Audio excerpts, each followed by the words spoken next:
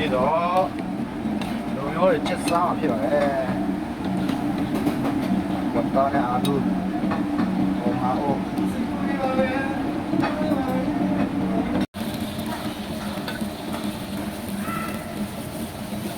ဒီစိမ့်လိုက်နဲ့ဘလောစားမှာဖြစ်ပါတယ်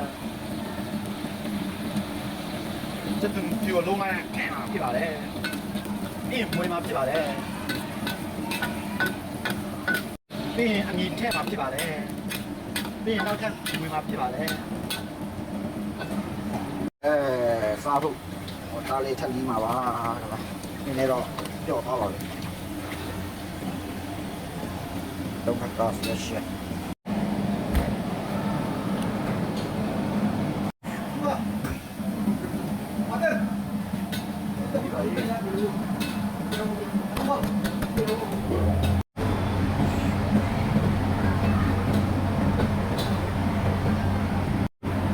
အားလုံးလည်းပြီးပါခင်ဗျာအားလုံးလည်းပြီးပြီဆိုတော့ခဏကြာရင်ဘုံလုံးလုပ်ပြပါဖြစ်ပါတယ်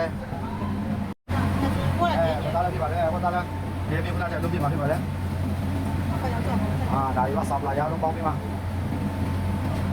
တော့ခေါင်းလုပ်ပြ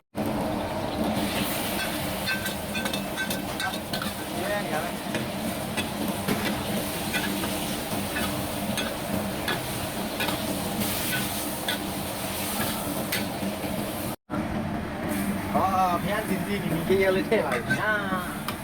အားလုံးပဲမင်္ဂလာပါဒီနေ့ဒီစားပေးချင်တာကတော့ဟုတ်ပါပြီခင်ဗျာ